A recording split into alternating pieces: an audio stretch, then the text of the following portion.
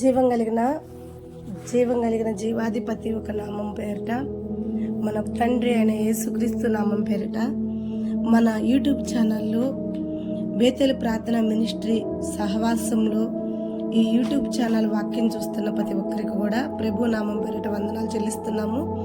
ఇప్పుడు వరకు కూడా ఈ లెంట్ డేస్లో మనము 29 మెట్లు పూర్తి చేసుకుని ఉన్నాం. దయచేసి మనం ఈరోజు 30 మెట్లోకి వెళ్తున్నాం కాబట్టి ప్రతి మెట్టు కూడా క్రమంగా ఎక్కాలని మనం ఒక దీక్ష పొందుకుని ఉన్నాం.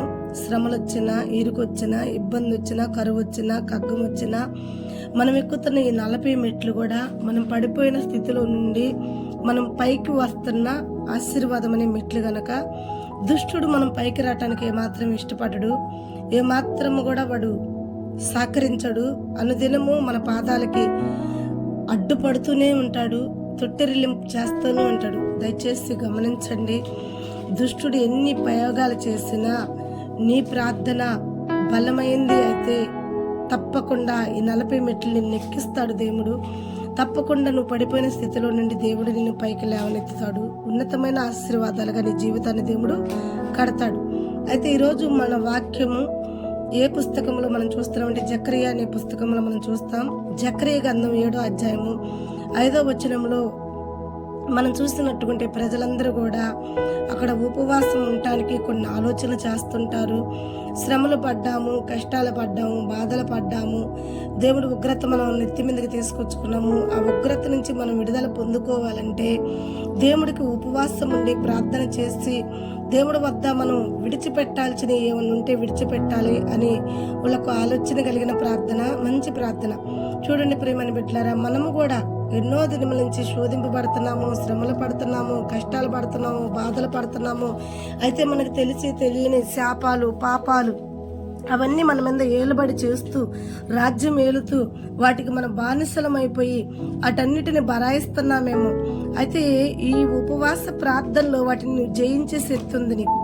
ఎందుకంటే దేవుడి వద్ద ఒప్పుకుంటావు. నువ్వు ఉపవాస ప్రార్థన చేసేటప్పుడు నువ్వు ఒప్పుకోవటానికి ఆ శ్రమలు తట్టుకునే కన్నా, ఆ అవమానం, ఆ బాధలు, ఆ నిందలు తట్టుకునే కన్నా దేవుడి వద్దకు వచ్చి వాటిని విడిచిపెట్టడానికి నువ్వు ఎప్పుడైతే ఇష్టపడతావో తప్పకుండా దేవుడు నిన్ను కరుణిస్తాడు.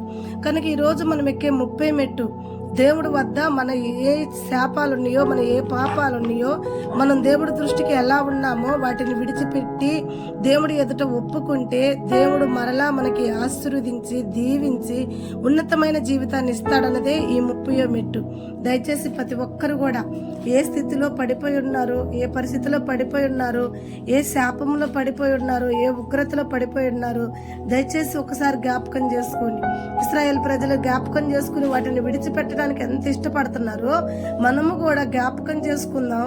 వాటిని ఏవైతే మనకి వ్యసనాలుగా, ఏవైతే మనకి శాపాలుగా, ఏవైతే మనకి పాపాలుగా ఉన్నాయో వాటిని విడిచిపెట్టి మన హృదయం తిప్పుకుని దేవుడి వైపు తిరిగి మనం ప్రార్థన చేసి పశ్చాత్తాపడితే దేవుడు అంటున్నాడు, ఈ 30వ మెట్టులో నీ పశ్చాత్తాపాన్ని నీకు ఆశీర్వాదంగా నేను మారుస్తాను.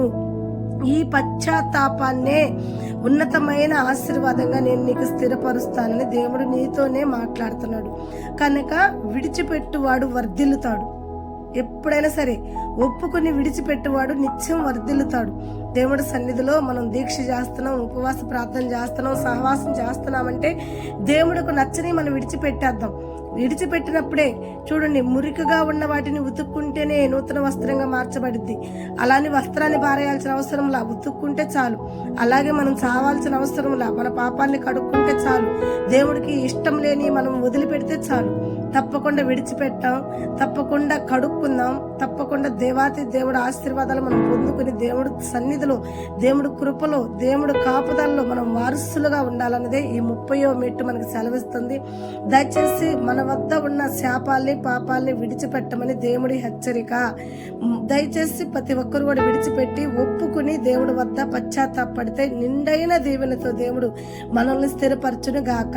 God bless you. దేవుడు తప్పకుండా మనొక ఒప్పుదల ప్రార్థన ఆలకించి దేవుడు మనల్ని ఆయన చల్లని కృపతో, కనికరముతో మనల్ని దీవించి ఆశీర్వదించును గాక. God bless you.